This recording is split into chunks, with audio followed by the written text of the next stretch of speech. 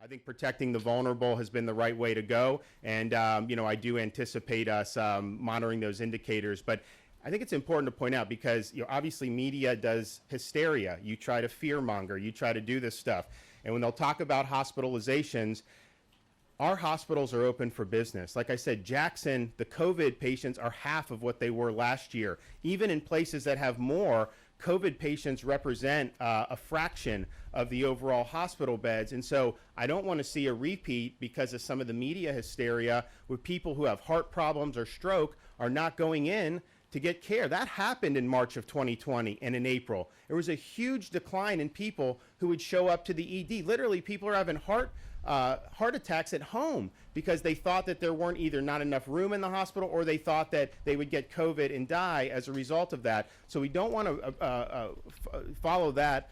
People should be good. You should go. And then I would say just the broader public, particularly our seniors who've been vaccinated, I think the data's clear. You may test positive. We hope that wouldn't happen, but the mortality and all that is dramatically reduced, and so you do have protection. Excuse me, 7 kids are in Joe DiMaggio Hospital. 2 of them are in our ICU. Don't you think the mask would help those poor children? Do you have any data to suggest that? Do you know if they were wearing masks? I know they weren't vaccinated.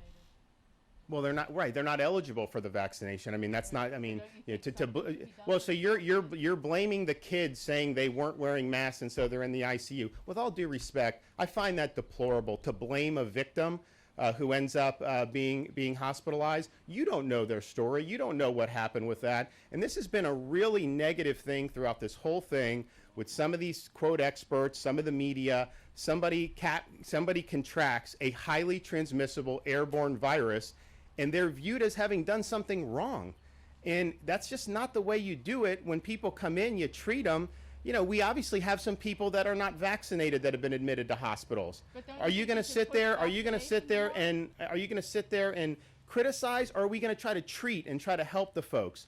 I'm just sick of this I'm sick of the judgmental stuff on some of this stuff. Nobody's trying to get ill here, okay? There's people that were hermits for a year and a half that wore 6 masks and did that and still contracted it, okay? So let's just be real here, and let's not indulge these things that somehow it's their fault for not doing it.